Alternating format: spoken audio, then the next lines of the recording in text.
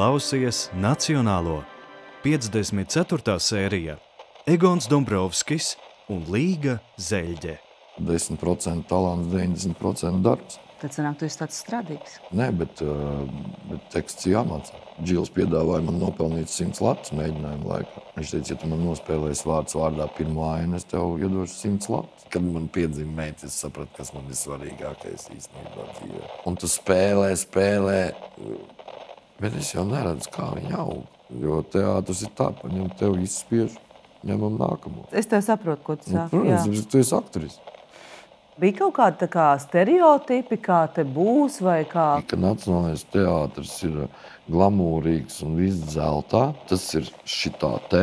Un man likās, ka aktieri ir akadēmiski. Izrādījās, ka aktieri ir normāli miķeļi un miķelenes. Bet tev mīļākā filma esot Gredzena pavēlnieks. Ir. Man visu laiku likās, ka es esmu roģis, izrādās, ka es esmu hobits. Bet boss ir Raimonds Celms. Mēs esam zem celma. Uz to mums ir jāiet. Jā. Esiet sveicināti Nacionālā teātra podkāstā. Un šodien pie manis ir mans kolēģis, par kuru teātra mājaslapā ir rakstīts tā. Dzirkstīgās saulēkts komēdijās, un tas piešķir tēlojumam burvību. Mans ciemos ir Egons Dombrovskis. Nu, čau. Čau. Es izlasīju, to es nevarēju nepateikt. Dzirkstīgā saulēkts. Iedomājies? Es tagad mēģinu iedomāties, kā tas ir, kad dzirkstīgā saulēkts un dzirkstī. Vai ne? Nu jā, es atkal iedomājos saulrietu tieši. Sajauc saulrietu ar saulēktu. Dzirkstī. Bet tev pašam vairāk patīk saulēkts vai saulrietis? Nu, saulēkts it kā ir forši, tāpēc, ka sākās diena. Bet saulrietis, man liekas, ir smukāks. Nu, kaut kā es vairāk esmu redzējis. Nu, tagad man, protams, uzreiz vizuālā atmiņa pieslēdz Liepājā, ka es gāju skatīties saulrietu. Saulēktis es tik agri nevarēju piecelties, lai aiziet apstīties. Bet saulrietis, jā, viņš smuks ir ļoti. Tu tagad nesen piedalījies Matīsa Kažas režisētajā diplomdarbā Degošie. Un strādāji ar 4. kursa studentiem kopā vienā darbā. Bet kā tas bija? Vai tu pats atceries savus diplomdarbus? Un tie jaunieši, piemēram, tas, kā viņi šodien šajā laikā 4. kursā uztver dzīvi un profesiju, un vai tu atceries sevi 4. kursā vai pēdējā kursā, un kā tu vispār skatījos uz profesiju? Kā tev bija tā attieksme? Protams, ka es atceros visus savus diplomdarbu izrādes. Mums nebija nemaz tik daudz, atšķirībā no šī kursa, kas tagad beidz, ka viņiem ir kaut kāds 6, 7 tās izrādes, un mums savukārt bija tikai 3. Un es viņus ļoti labi atceros tās izrādes. Kā ir, piemēram, kā viņiem ir, kā tagad, manuprāt, viņi ir gatavāki. Kādā ziņā gatavāki? Psiholoģiski, es domāju, viņi ir gatavāki. Man liekas, ka es vēl joprojām neesmu īsti gatavs. Ka katru reizi, kad tu sāc visu no sākuma, ka tu nemaz nezini, kā tas būs, un kā Ainārs Virga teica savā laikā, viņš teica, es pastos uz to eksemplāru un pēc tam pastos uz to izrādi, kā jūs esat dabūjuši to gatavu. Tev katrs materiāls līdz šim brīdim ir, ka tu nezini, kā tu viņu radīsi un kā tu viņu izveidosi. Bet, piemēram, uz šiem jaunajiem aktieriem, man liekas, ka viņi jau ir gatavi aktieri, lai varētu sākt savu, teiksim, šo te gaitu uz teātra skatuves. Ka viņiem viss ir iedots un tagad mauc uz priekšu. Man šķiet, ka manā laikā, ka es nebiju, teiksim, es nezinu, kā viņi īstenībā paši jūtās tie jaunie, jā. Bet es nebiju, teiksim, tik tādā gatavībā. Es arī ne. Man arī tāpat kā tev vēl joprojām ir tā, ka tu katreiz, kad paņem jaunu eksemplāru un tā kā... Tas jau noteikti arī visiem tā ir, jā. Un tas jau arī no cilvēka rakstura ir atkarīgs, kāds tu esi pats un kā tu pieeji, bet kā jau man ir pedagogi teikuši, ka 10% talants, 90% darbs. Tad sanāk, tu esi tāds strādīgs.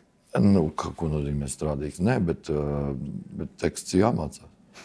Teksts ir jāzina. Teksts nav galvenais, bet teksts ir, lai tev nav pa viņu jādomā, tev ir viņš jāmācās. Tā kā tagad es pieņemsim, man ir kaut kādi 5-6 monologi, tev ir jāsēž un vienkārši jāmācās. Vienam ir vieglāk galva, vienam grūtāk galva, bet tu sēdi un mācies viņu. Patīk tas jautājums ir, kā jūs iemācāties tekstu? Es vienmēr atbildu ar mācīšanos. Tieši tā.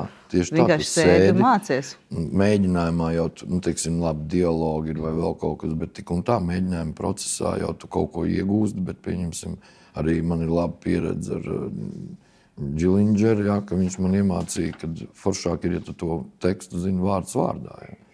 Mums bija savā laikā, kad Džils piedāvāja man nopelnīt 100 latus mēģinājumu laikā. Viņš teica, ja tu man nospēlēsi vārds vārdā pirmo ainu, es tev iedošu 100 latus. Viņš noliek uz galdiņu 5 20-niekus. Viņš saka, bet pie katras kļūdas es ņemšu nost.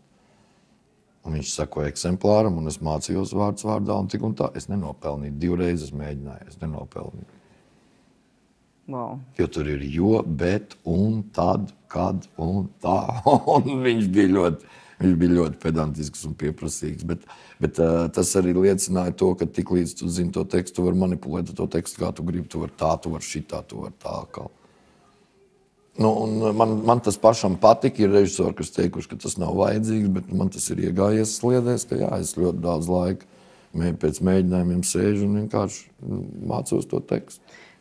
Jā, ir daudz aktieru un kolēģi, kas runā tā kā tuvu tekstam, beigās tomēr viņi pazaudē to teksta jēgu kaut kā. Nu, Es nezinu, bet autors ir rakstījis viņu, saprot, tulkotājs ir tulkojis, autors ir rakstījis to visu, un nav jau teikts, ka tu katru reizi arī izrunās viņu, bet tā stabilitāte, ka tu viņu zini, tas ir tā. Priekš manis tas ir būtiski īstenībā. Tā cieņa arī pret tiem cilvēkiem, kas to ir darījuši, rakstījuši vai tulkojuši arī. Jā.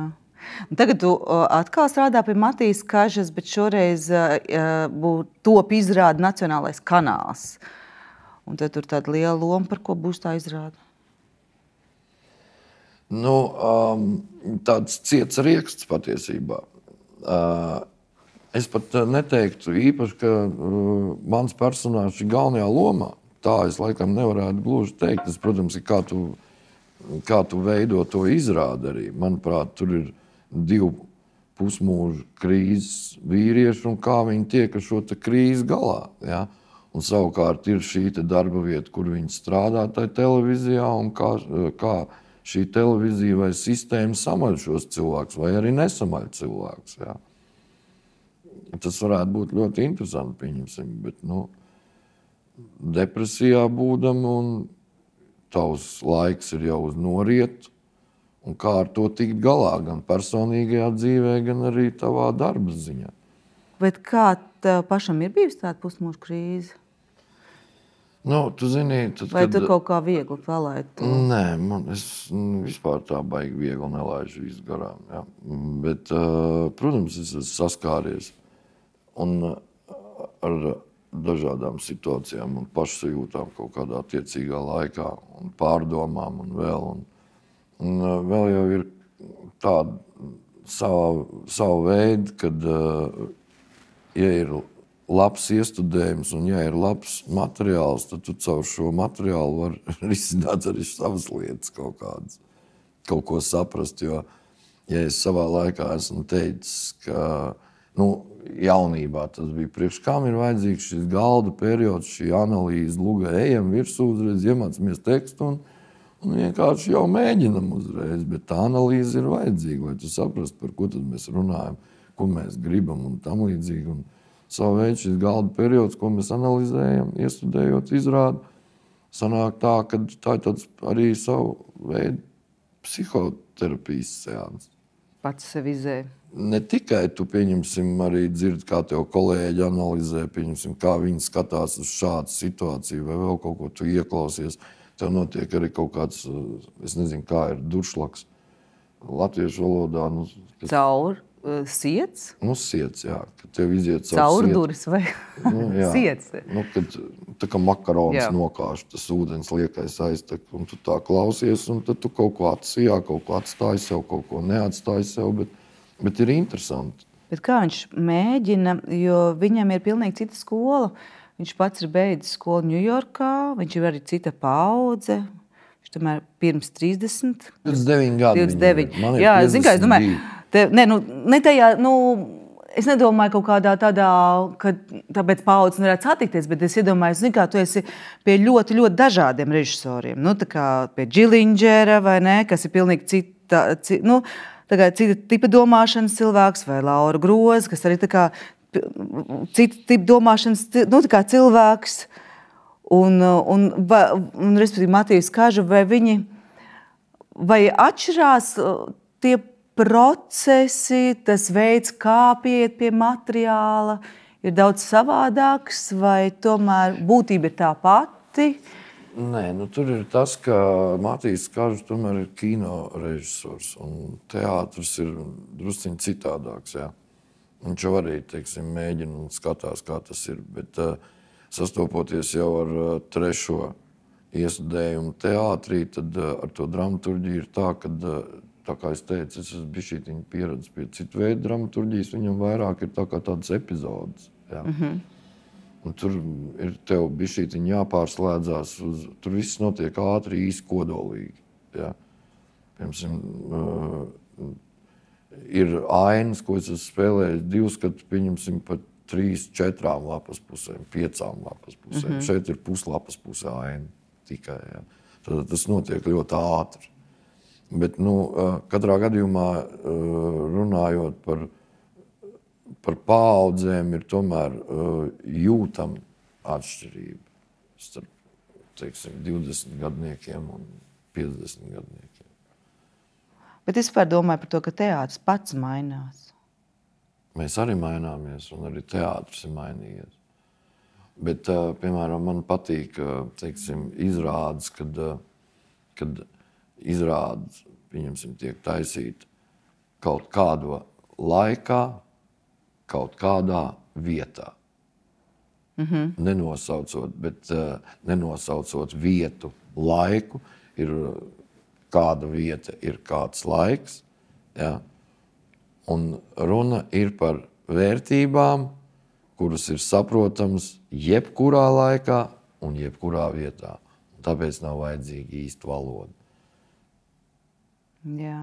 Un tad ir, manuprāt, ļoti interesanti, ja, kad mēs runājam par svarīgo, par to, kas aizskar katru cilvēku, vai tas ir latvietis, vai tas ir, Āfrikā kāds, kas dzīvo, vai Indijā, vai citur Eiropā.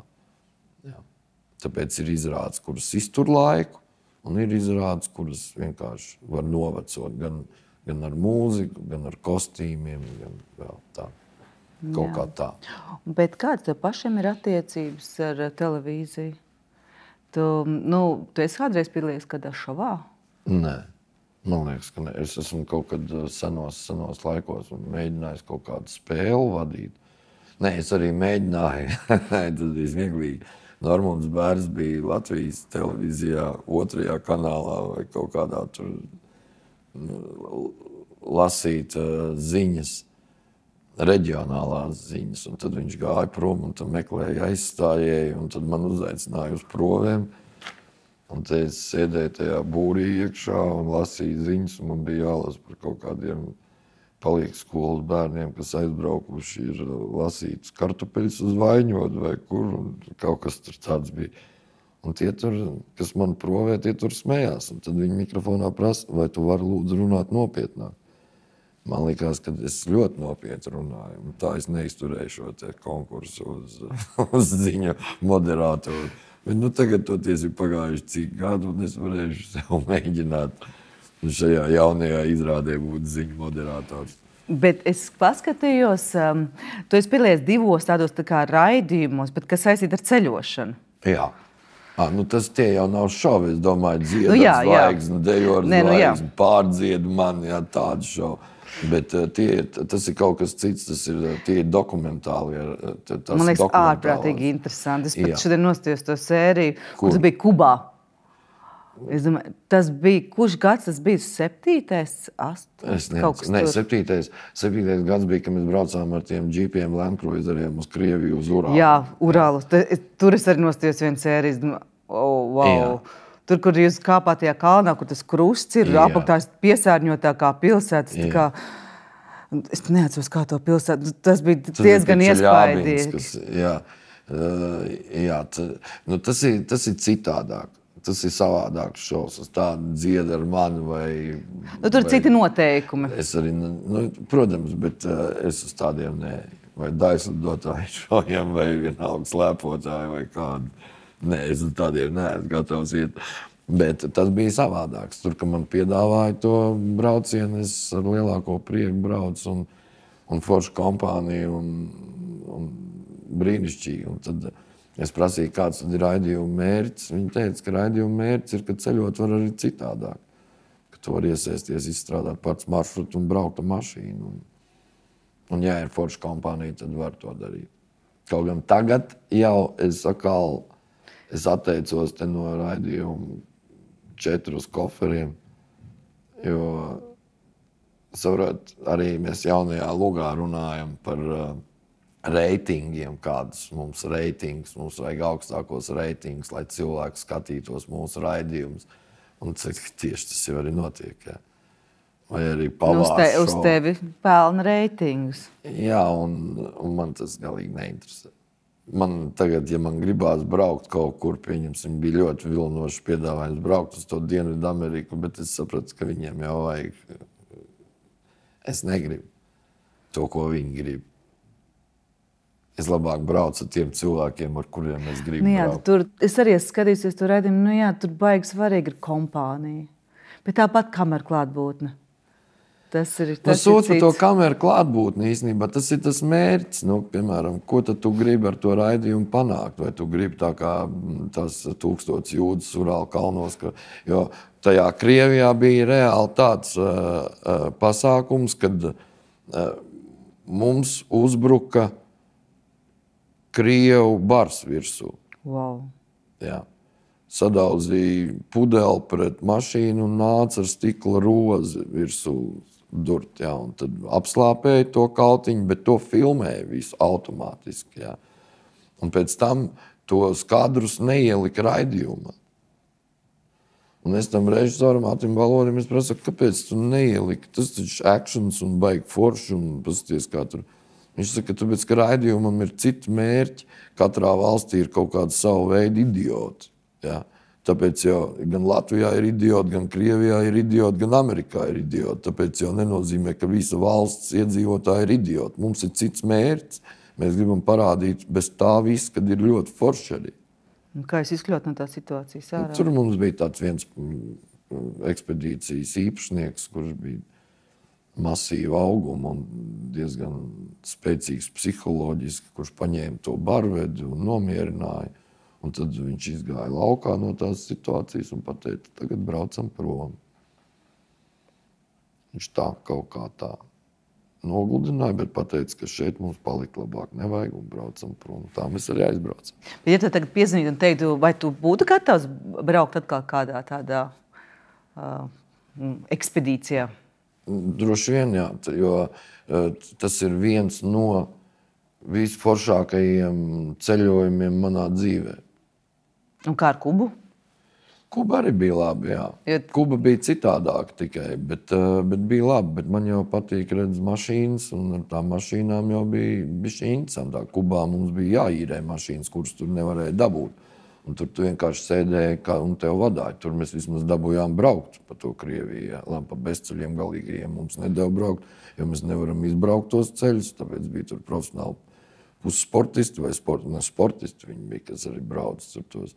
Bet man jau gribās būt vairāk noderīgam, ne tikai tēt ekrāna sejai. Jā. Jā. Un Kubā bija atkal vairāk tieši tā, ka tu kā tāds, teiksim, kā seja, kā turists. Tur tu vairāk bija kā dalībnieki. Tu piedalījies tajās visās, Ja tu spēj iedomāties 4 stundas, mums vajadzēja nokļūt ar ufologiem, tur esot kaut kāds padomju Latvijas žurnālists atklājis kaut kādu anomālo zonu, un mums bija jānokļūst uz to anomālo zonu, un 4 kilometrus mēs ar mašīnām braucām 7 stundas, 3 mašīnas brauca 4 kilometrus 7 stundas. Tā kā pa bezceļu. Nu jā. Man teica, tu vari nekāpt uz tās mašīnas, jo tad es biju tieviņš pavisam vēl. Tad man teica, tavs svars neko nemaina, kad tu tur uzkāpa. Bet mums bija brīnišķīgi kompānijas Lidns, Busuls, Grāvels, pārējie visi, kas tur bija. Bet atgriežoties pie teātra, tev bija tagad brīnišķīgi iespēja strādāt ar Dmitriju Krimovu. Tā izrāde bija par mākslinieku, par viņa tā kā, arī pusmūža krīzi, par to viņa eksistenci šajā pasaulē. Kā tev vispār patika sastrādāties ar Dmitriju Krimovu un kā tu pats izjūti šo Pīteru Penu? Tur jau es sākies varu pateikt paldies Vimbam un Seņkovam, ka viņi uzaicināja, un man tapa tāda iespēja strādāt ar režisoru, ar lielo burtu. Ir režisori un ir režisori. Kā saka, ir aktieri un ir aktieri un ir režisori. Un režisors, ko es uzskatu, režisors ir profesija. Un šeit es strādāju ar tiešām pirmkārt inteliģentu cilvēku, otrkārt, kā es esmu vairāk kārt dalījies savās pārdomās par viņu, tad man liekas, ka es strādāju ar grāmatu vai ar enciklopēdiju. Viņš, man liekas, ārprātīgi precīzi mācīja pateikt. Saprot, tur tā miedarbība, kas ar viņu ir. Pavērt fantāziju. Es viņam paveru fantāziju, viņš man paver fantāziju. Un tā ir miedarbība, ko mēs strādājam. Tas ir savā laikā ar Džilindžeru, mums arī tā ir bijis. Bet ar Krimovu bija, tagad pēdēji, tāpēc, ka man ir svaigi, tagad kā ar Krimovu mēs esam strādājuši, ka viņam rosās fantāzija, viņš tevi atver un tu viņu atver. Jo es viņam prasīju, kā jūs to izdomājat? Viņš saka, tu jau man parādi priekšā, kas tur tikai tu neizdari to līdz galam. Un savukārt es redzu to, ko tu varētu vēl tālāk darīt, un tad tas viss notiek kopā. Jā. Un tā informācijas bagāža gan arī, kas viņam ir, un šī pieredze, ko viņš ir taisījis, radījis. Un man tas ir tāds viens augsts punkts atkal manā teātra dzīvē. Jā. Brīnišķīgi. Es labprāt vēlreiz viņu strādāt. Jo viņš arī gan kā mākslinieks, gan kā režisors, gan kā scenogrāfs, viss vienā cilvēkā. Un tu vienkārši tver no viņa to visu. Jā, kaut kā tā. Un arī tā sajūta, tad mazliet arī smeldzīga sajūta. Jā. Par viņu šajā dzīves posmā kaut kā. Viņš tur bija zvaigzne, vai ne? Liekas, ka gadi jau, vai ne, tad viss dzīvē sakārtojas, un ka pēkšņi jāmaina dzīve, jāmaina vieta, jāmaina redzējums. Tā kā. Es domāju, ka viņam arī tagad, pieņemsim, Ņujorkā strādājot ar tiem māksliniekiem, ir interesanti. Teiksim, tas ir tāds posms, par kādu cenu, protams, tas nāk. Jā. Bet viņš ir mākslinieks. Viņš ir viss cauri no A līdz Z mākslinieks. Viņš ir dzīvojis, viņš ir audzis ar to visu, zinot viņu, teiksim, vēsturi ļoti pavirši zinot, bet tik cik zinās, jā, to, kas ir tēvs bijis, kas ir māte ir bijusi, jā, kad viņš ir teātra cilvēks no A līdz Z un varbūt vēl tālāk. Bet tu gribētu, ka tava meita spēlē teātri, kad viņa būtu aktrise?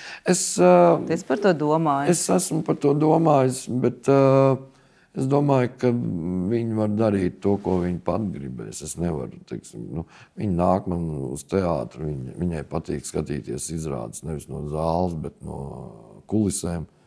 Un tad man ir diezgan liels uztraukums, ka viņi skatās, it sevišķi viņi paņem eksemplāru un sako līdzi maniem tekstiem, un tad es zinu, ka viņi sēž un skatās ar eksemplāru izrādi. Tad man ir uztraukums lielāks. Tā kā es noinos, te viņi man aizrāda, ko es esmu pateicis, ko es neesmu pateicis. Tiešām, jā? Tu izlaidi šito te, tas bija Liepājā šeit, ne. Bet, jā. Bet vai viņi gribētu, ja viņi gribēs, es viņu atbalstīšu un nodošu kaut kādas savas lietas, ko es zinu, ko es nezinu. Bet viņi saka, ka nē. Bet viņai 12 gadi, 13 tagad būs. Tas man interesē, ka viņai ļoti mīļi ir zirgi, viņi nodarbojās ar zirgiem un Viņai visu laiku tagad ir, ka viņa būtu zirgu treneri. Jā. Brīnišķīgi. Jā. Un arī pateicoties Matīsam Kažam, sanāca tā, ka man bija jāmācās ar zirgu jāt, un es viņu paņēmu līdz 6 gadu vecumā. Viņu uzkāpu uz tā zirga, tā līdz šim brīdim viņa zirgiem. Bet viņas vārds ir Helma. Es iedomājos, tas ir tāds Helma, vai ne? Jā. Tāds nedzirdēts vārds. Jā. Tam ir kāds īpašs stāsts? Nē, to izdomāju sieva. Man gribējās Vendija, jo arī dzīve izspēlē situāciju, jo man mīļākā bērnības pasaka, es aizrāvos ar pasakām, ar epusiem jaunībā. Man ļoti patika epusi un pasakas. Jā. Un man mīļākā pasaka bija Pīters Pens. Un tur bija, es gribēju suni tāds kā Pīterā Penā Newfoundlands, Mena. Un meitene bija Vendija, un es gribēju meitu saukt pa Vendiju. Jā, bet kaut kā izdomāju, ka ne, ka Helma.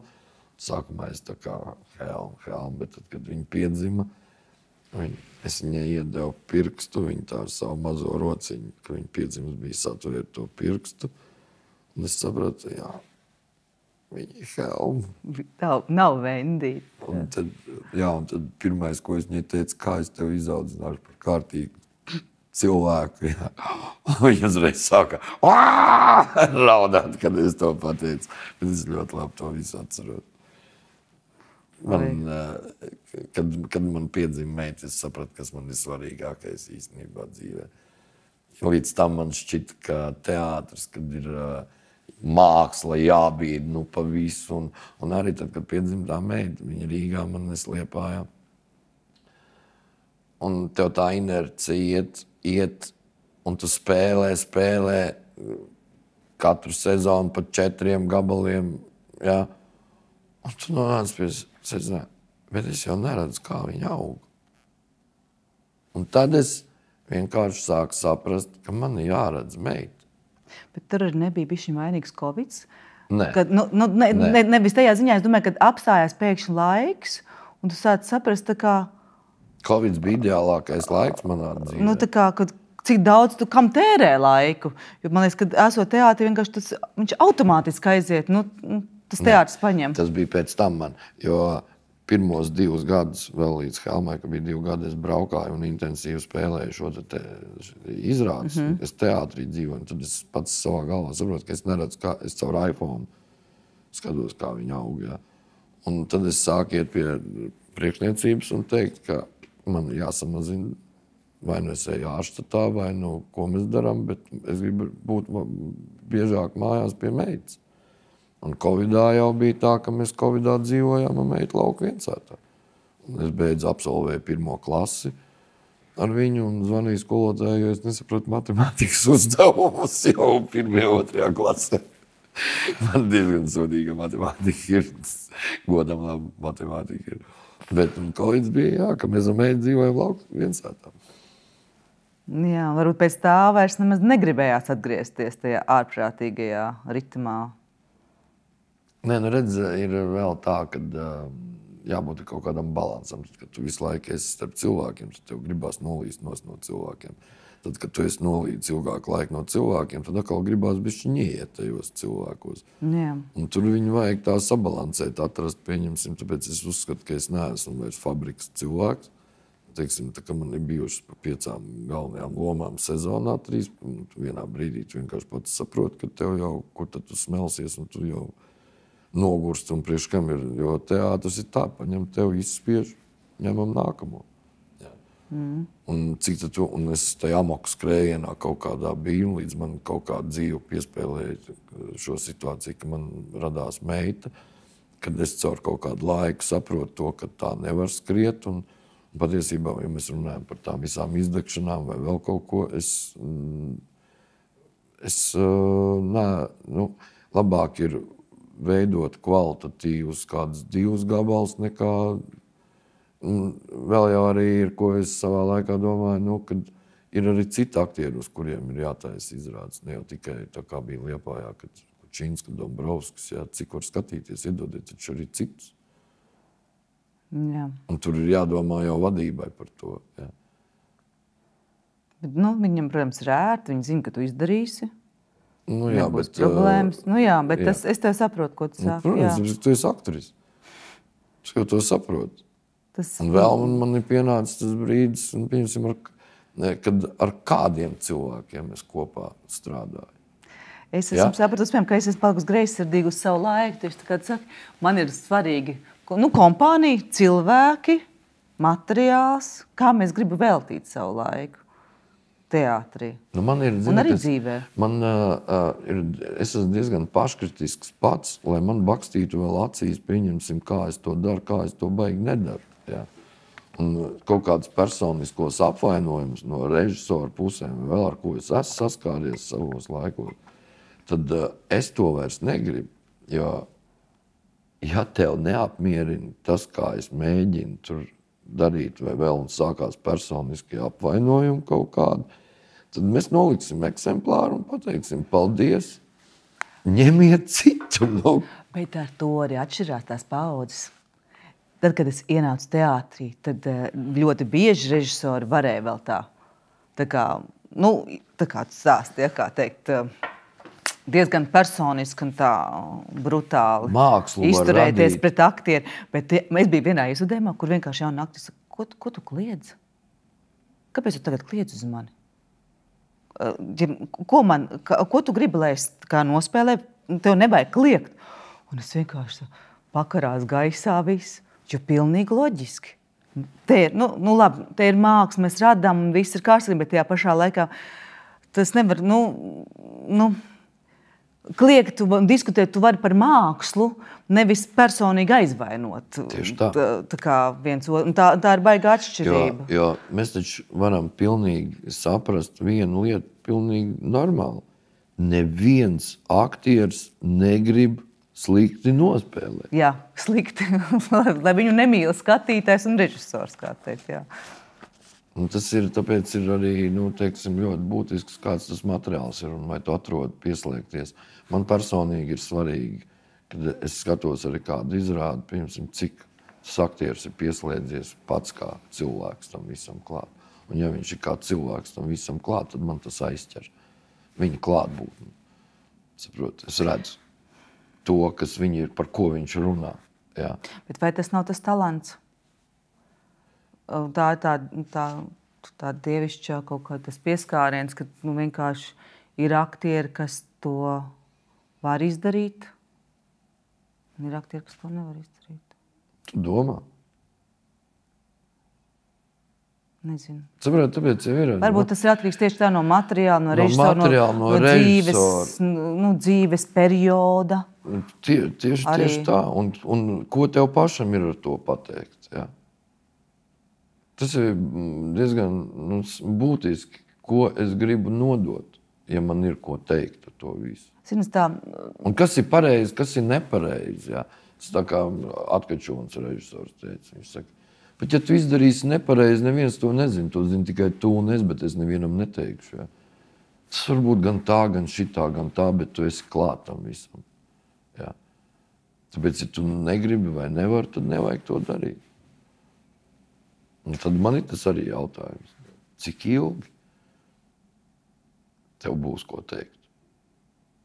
Apbrīnoju vecmeistars, kas joprojām ir uz skatuves, jo, kā man teica pedagogi, teātris ir maratons. Un viens, kurš iztur, kurš neiztur. Jā. Un mums Liepājā, pieņemsim, viena Albuža ir, kas maratonisti ir. Jā. Cik daudz cilvēku ir aizgājuši prom, jā, ka nav. Vai Nacionālā teātrī ir maratonisti, kas, jā, un tā ir visu cieņu. Un nevis režisors, kurš pateiks, tad starī pirduniči, viņi может сделать. Šitas vecais pušķis vairs neko nevar izdarīt. Piedod man, kur ir tavu cieņu, tu esi mākslinieks, kultūras cilvēks, un tu vari tā pateikt. Cilvēks, kurš cik gadus nes, viņi ir jāciena.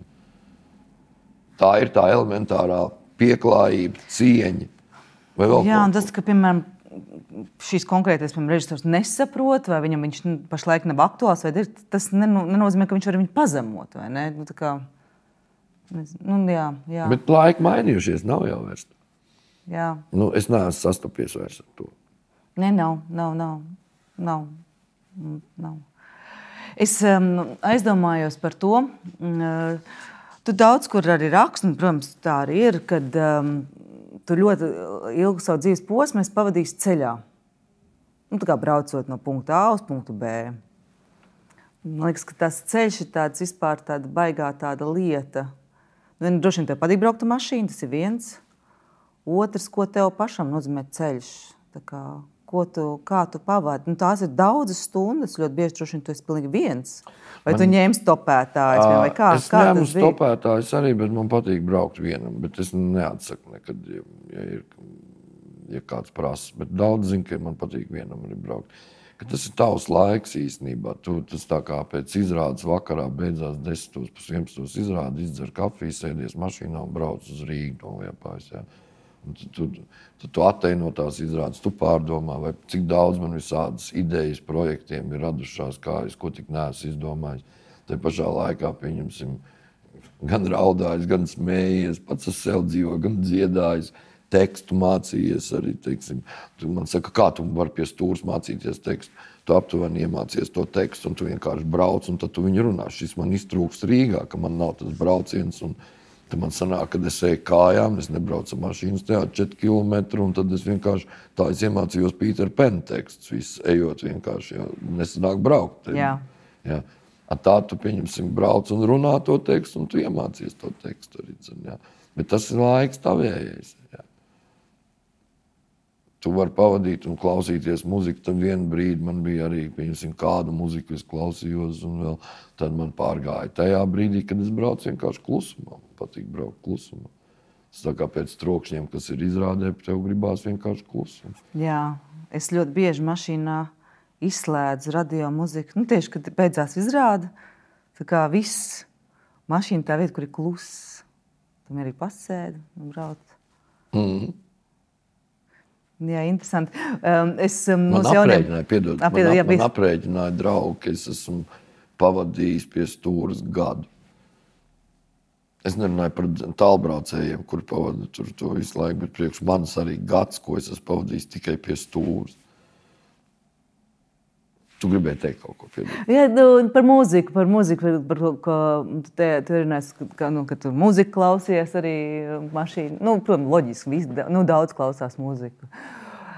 Un es mūsu tieši jauniem kolēģiem Matīsam jautāju, ko lai es pajautāju Egonam? Viņš saka, pajautā, kāda dziesma viņam skan pēdējā laikā galvā? Es tev tagad jautāju. Tev ir tāda kaut kāda? Ir, kad uzsēžās uz kaut kādu vienu, bet tagad es neesmu braucis. Man bija viena laika, kad es klausījos filmu mūziku, soundtrackus visus. Un tad man asociācijas bija, es piemēram noskatos tur parfīmu un parfīmā brīnišķīgu mūziku. Tad es zvanīju Jotai Mielavai, viņa man dabūja to parfīmu mūziku.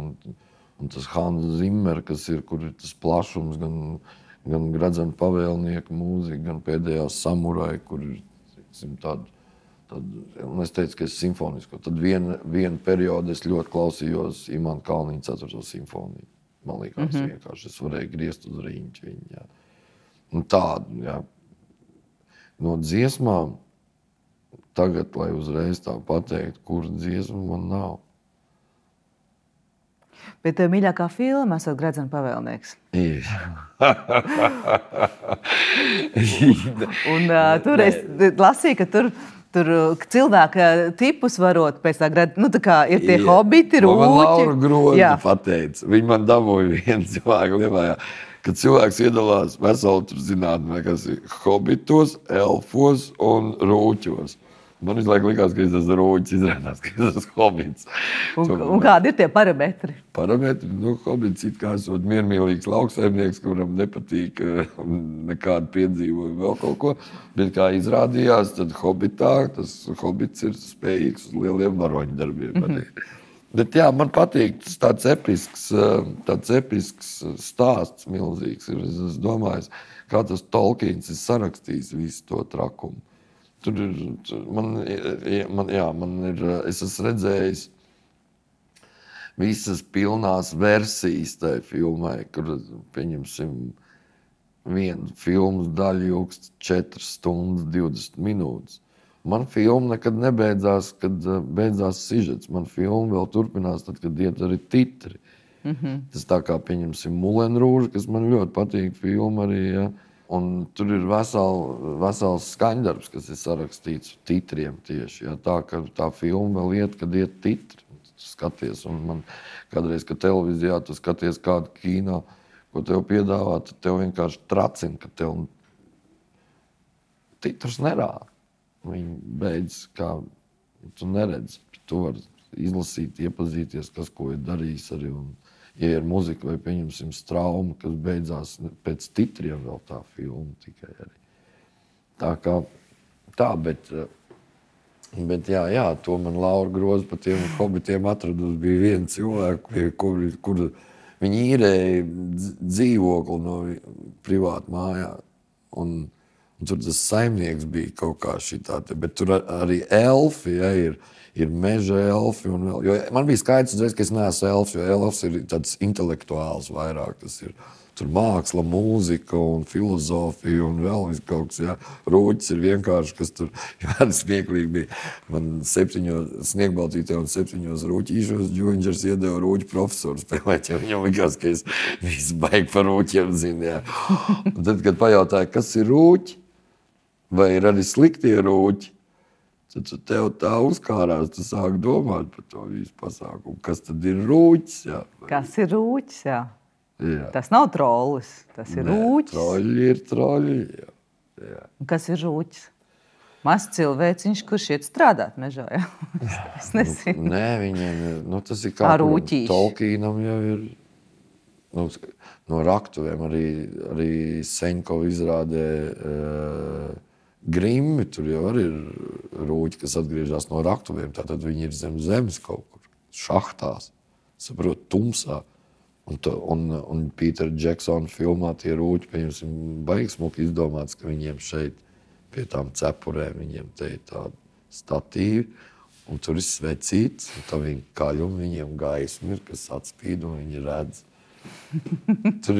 Es tur pētīju arī tā, kā tā filma tika taisīta visu, un kā viņi skaņu kapos ir, tā kā Kristaps tagad sēž un dzird visus suņus, kas tur staigā vai runā, un tur ir, pieņemsim, viņi skaņu rakstīja naktī kapos Jaunzēlandē.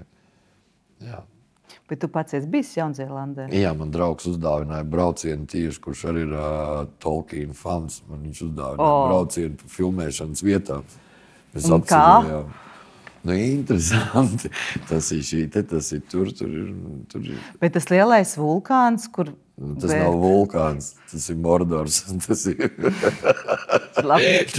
Bet tu esi redzējis? Es esmu redzējis, man tas liekas, ka viņš tur kāpj un viņu gaira pārņem, tā kā tas, ļaunums. Jā, ļaunums, tā acis, kas ir. Iedomājies, Maskavā uzbūvēja debesskrāpī tādu aci. Viņi teica, ka pilnīgi tāpēc jau tos krievus arī, kas karo Ukrainā sauc par orkiem. Jā, jo orki tie tā ļaunais spēks, kas ir. Tāpēc varbūt tur viss tā tagad ir, kā ir. Varbūt, jā, jo tiešām debesskrāpī viņiem to ļauno aci bija uztaisījuši augšā. To jau tur baigi rakstīja vēl arī. Tiem, kam interesē tā padarīšana. Jā, es nebiju savilkus. Tagad tu man apgaismoji, kāpēc orki. Man likās, vienkārši orki ir orki. Nē, orki ir tas ļaunais spēks. Viņi bija diezgan tādi šausmonīgi radījumi. Viņus tur, kā viņus radīja, tur arī tas Sarumans un taisīja. Un tur tādi interesanti. Un tad tā Jaunzēlandē bija baigi interesanti izbraukāt to visu. Un šodien es atvēru lauku avīzi, un ir viens Aldis, ziņas Aldis, kas ir uztaisījis viesunamu kā hobitu māju. Wow. Jā, un es pārsūtīju savam draugam uzreiz. Viņš saka, būs jāapmeklē. Rekā, par to Gredzenu pavēlnieku man Liepājas mājaslapā bija mans šis saucamais moto. Ar Gandalfa burvja teicienu, ka svarīgākais ir saprast, kā izmantot savu dzīves doto laiku. Jā, to es lasīju. Un, manuprāt, tas ir, kad tu saki, ka tu novērties savu laiku īstenībā. Man viņš kļūst dārgāks. Tā kā es jau esmu aptvērusi, ka vienkārši viņš ir limitēts. viņš ir limitēts. Un tad sākās ne tikai, ka viņš ir limitēts, bet viņš ir limitēts kaut kādās arī kvalitātēs. Tur ir periods, kad būs vēl tāda kvalitāte, ideālā variantā. Tā kā, jāsāk izvērtēt. Kā. Nē. Es negribu sagrozīt. Par ko? Par limitētu laiku no orkiem. Šie dabiski aktieri smiekli. Jā. Vēl es iedomājos tā, mums jau saruna drīz būs uz beigām jāsāk iet. Un gribēju tev pajautāt, tev ir kāda loma, kur tu vēlreiz gribētu nospēlēt? Pie kuras tu vēlreiz gribētu atgriezties? Cik brīnišķīgi, ka tu man nepajautāji, vai ir kāda loma, ko es gribu nospēlēt. Cik brīnišķīgi, jo nav tādas lomas, ko es gribu nospēlēt. Laikam. Kaut kā viņas pašas atnāk. Es pat īsti nezinu. Vai, zini kā, kas ir bijis? Katram vecumam, katram kaut kādam briedumam ir savs laiks, un tu viņu nospēlē, un tas ir tāds. Es abrīnoju tos režisors, kas var iestudēt 3 reizes, 4 reizes vienu to pašu. Viņi kaut ko meklē tur, kaut ko viņi paši nevar atrast. Man bija interesanti gan 84 nospēlēt, gan diplomu darbu izrādi, ko es teicu, es tagad zinu, kā jāspēlē, nevis tā kā jaunībā es spēlēju. Bet katram ir savs laiks, varbūt kādreiz pienāks kaut kas tāds, bet man nē. Tā, ātrie jautājumi. Kad tu nogriez matus? Kad es nogriezu? Jā, bet labi, tas tā. Es tikko nogriezu matus. Es vienkārši skatījos, jo tur bija tāda informācija. Esmu 20 gadus valkājis bereti, 7 vai 8 beretis manā dzīvē. Pēdējo pazaudēju, jo viegli, tāpēc, ka gari mati. Tu pazaudēji bereti, nogriez matus? Nē, tas bija, zini kā, tad, kad iestudēju ziloņu cilvēku, jo es negriezu matus, tad, kad man bija tie garie mati. Un es staigāju, un man kā gods teica, ka man nav cepuri, bet ka tā ir matu sprāde, kurš cepuri, kas man galvā bija. Un tad iestudēju ziloņu cilvēku, un man gribēja likt parūku. Un jo es negriezīšot matus, es teicu, es cieņas pret to cilvēku, jo es pirmo reizi spēlēju reāli personāžu, un vēl pie tam tādus personāžus kā Džons Meriks, tad es teicu, ka es nogriezīšu matus. Un tad es arī nogriezu tos matus, un man palika vieglāk dzīvot. Man nekrita vairs zupā iekšā tie mati. Nebija jāliek cepurtiņi. Izlietne negāja ciet. Man nekrita mati ārā, ja tu domā tādā ziņā. Bet tā es cieņas pret to Džonu Meriku, es nogriezu matus, un es biju tīri apmierināts arī, kad es nogriezu. Tas ir īsais pirmais jautājums. Kāds tev otrais ir? Otrais jautājums. Kā tu jūties Nacionālajā teātrī? Īsi, ātri, labi. Nezinu, kā gribās, kā atbildēt. Es vienkārši domāju, zini, kā tu nomainīt teātri, labi, teātris, tas ir sociums, tā ir vide, tā ir, jā. Šeit ir burvīgi īstenībā, bet vairāk vai mazāk vieno materiāls, ar kuru tu tajā brīdī strādā.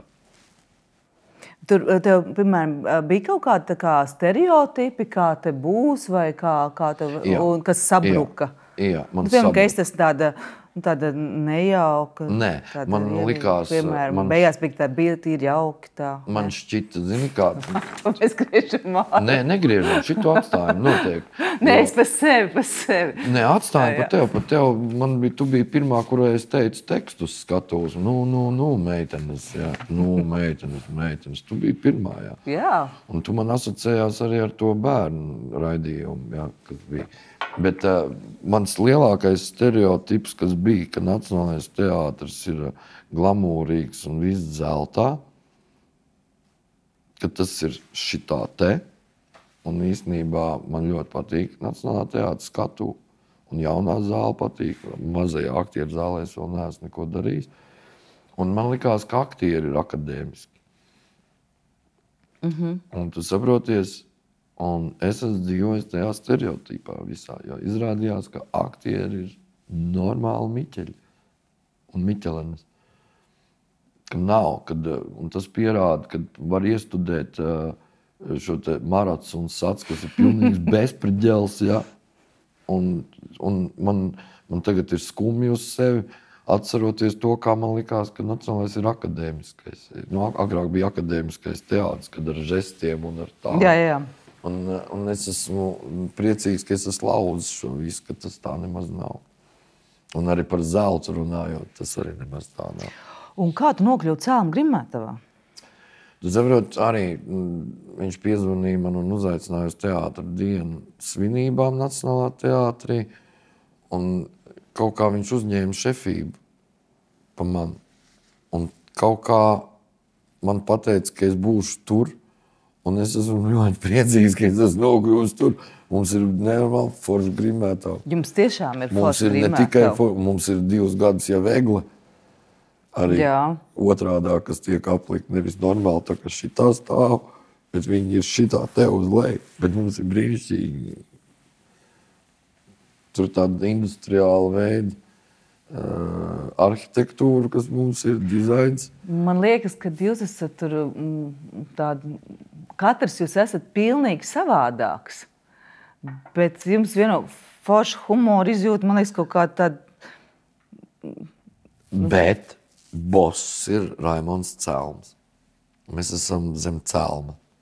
Šad un tad sagrāba tāds tā kā ilgas pēc kaut kā tā Liepājas perioda, vai tā kā... Un kas ir bijis, tas ir bijis, un tu tā kā meties tajā pašreizējā. Man jau redz ir tas, ka es varu aizbraukt jebkurā brīdī uz Liepāju, man ir kur palikt un aiziet uz teātru, kas ir svēta lieta, un teātrs ir brīnišķīgs. Viņš ir mazais nacionālais teātris, jo tur ir brīnišķīga ēka, un tur ir atmosfēra forši. Tagad es biju aizbraukt uz Ziemassvētku koncertu, un man pat uzvilku uz skatuves, jo es kā meita skatījos no kulisēm to koncertu, jo tur bija pārpildīts. Vai man pietrūkst? Es neizslēdzu, ka es varētu aizbraukt uz kādu iestudējumu kādreiz. Jā. Es neizslēdzu to, bet savā ziņā es savu, teiksim, to vai misiju, vai kā viņu sauc, es biju paveicis, un man šķiet, ka ienāca 2. jaunais kurs, ka tā kā stafeti ir nodota, pietiek braukāt, ej pie meitas. Gadu tu tomēr esi nobraukās? 18 gadus es braukāju Rīgu Liepāju. Jā, nu ko? Dzikstī kā saulēkts. Šis ir šiedabiski aktīvs smieklu. Šausmas, cik nedabiski var smieties. Kas tad? Nu es? Tev ir dzikstoks vīns. Diemžēl laiks ir paritējis ļoti strauji uz priekšu, un mums jau jābeidz saruna, bet tas, ko es tev gribētu, Ego, novēlēt. Tātad, ja es nemaldos ciparos, ja maldos, tu man labo. Es tā kā beidzu matemātikas klasi, un tā kā es tā izvilku tādu versiju. Ja? 2007. gads tu biji gada labākais aktieris. 2016. gads tu biji gada labākais aktieris. Ja? Nu tad sanāk tā kā 2025. Tev būs arī jābūt labākajam. Es tik domāju, un tu es tev novēlu. Paldies. Es tik domāju, vai nevajag iet pensijā. Vai man vajag iet pensijā? Nē, tev nē. Es domāju, vai man nevajag iet pensijā. Kad tev varētu būt sākties izdienas pensija? Es taču nezinu. Man matemātika diezgan sūdīga. Paldies tev par novēlējumu. Jā. Zini, kas ir foršāk? Foršāk ir forši pavadīt laiku ar foršiem cilvēkiem. Vispār uz to mums ir jāiet. Jā. Uz to mums ir jāiet. Jā. Klausies Nacionālo!